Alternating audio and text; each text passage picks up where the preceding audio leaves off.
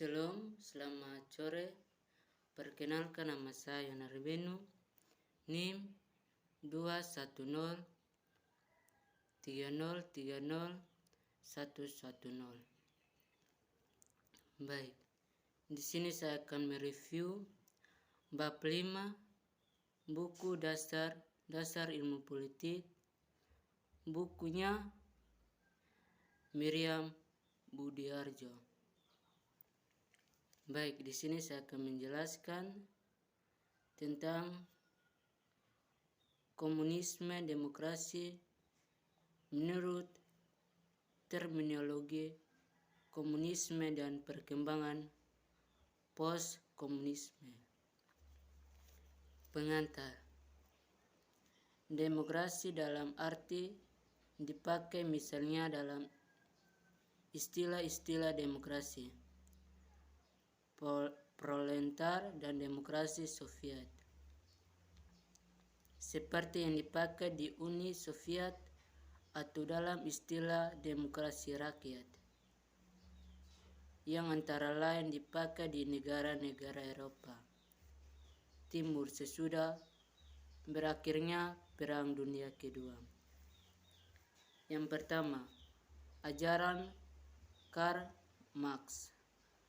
Karl Marx 1813 sampai 1883.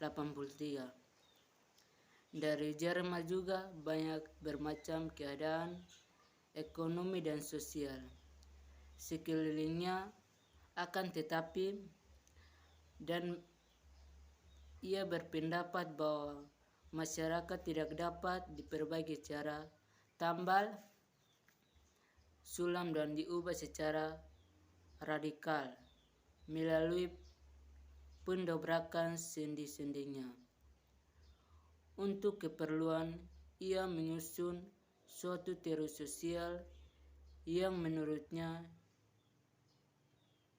didasari hukum-hukum ilmiah, dan karena itu pasti dilaksanakan untuk membedakan ajaran dari gagasan-gagasan sosialis utopik. Ia menamakan ajarannya sosialisme ilmiah.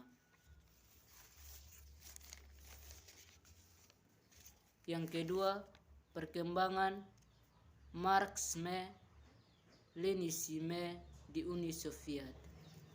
Ada beberapa gagasan Lenin ialah A. Melihat pentingnya peran kaum petani dalam menyelenggarakan revolusi. B. Melihat peran suatu partai politik yang melintang yang terdiri atas profesional revolusi untuk memimpin kaum proletar. Marx berpendapat bahwa kaum proletar akan bangkit sendiri dan merumuskan cara-cara merebut kekuasaan. Yang ketiga, melihat imperialisme sebagai gejala yang memperpanjang kehidupan kapitalisme. Marx berpendapat bahwa kapitalisme pada puncak perkembangan akan menemui ajalnya dan diganti oleh komunisme, sehingga kapitalisme sampai saat ini belum mati. Pandangan mengenai dan demokrasi. Pandangan demokrasi pada saat ini menurut Lenin bersifat demokrasi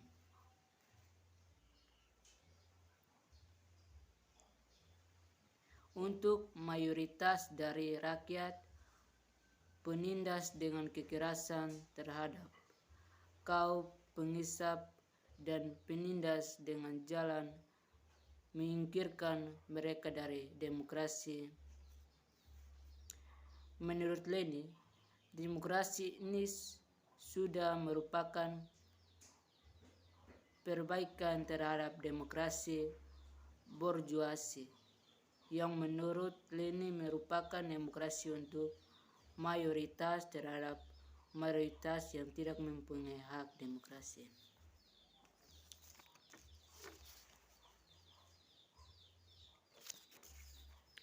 Demokrasi rakyat. Demokrasi rakyat adalah bentuk khusus demokrasi yang memenuhi fungsi di aktor proletar. Pertumbuhan demokrasi rakyat berbeda di setiap negara sesuai dengan situasi sosial politik setempat. Demokrasi rakyat lahir di Eropa Timur ini mencapai status resmi di masing-masing negara pada waktu berlain. Ciri-ciri demokrasi. 1. Suatu wadah front persatuan yang merupakan landasan kerjasama dari partai komunis dengan golongan-golongan lainnya dalam penguasa. 2. Penggunaan beberapa lembaga pemerintahan di negara yang lama. Demokrasi nasional. Pada tahun 1960 dalam pertemuan ke-81 Partai Komunis di Moskow, gagasan Khrushchev dirumuskan secara lebih terperinci dan dicetuskan suatu pola baru, yaitu negara demokrasi. Demokrasi nasional dianggap suatu tahapan dan perkembangan negara demokrasi borjuis menjadi demokrasi rakyat sebagai suatu bentuk diaktor proletariat. Meskipun demokrasi harapan munculnya demokrasi dalam arti sesungguhnya seperti kita kenal dewasa ini, banyak negara tampaknya belum akan menjadi dalam waktu dekat di Cina. Kritik terhadap komunisme, runtuhnya kekuasaan komunisme.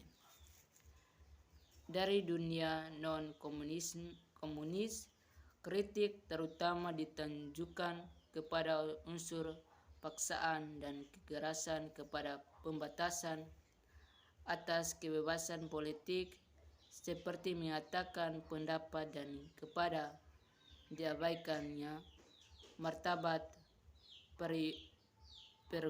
perorangan untuk kepentingan umum yang pada hakikatnya ditentukan dan dirumuskan oleh suatu elit yang kecil.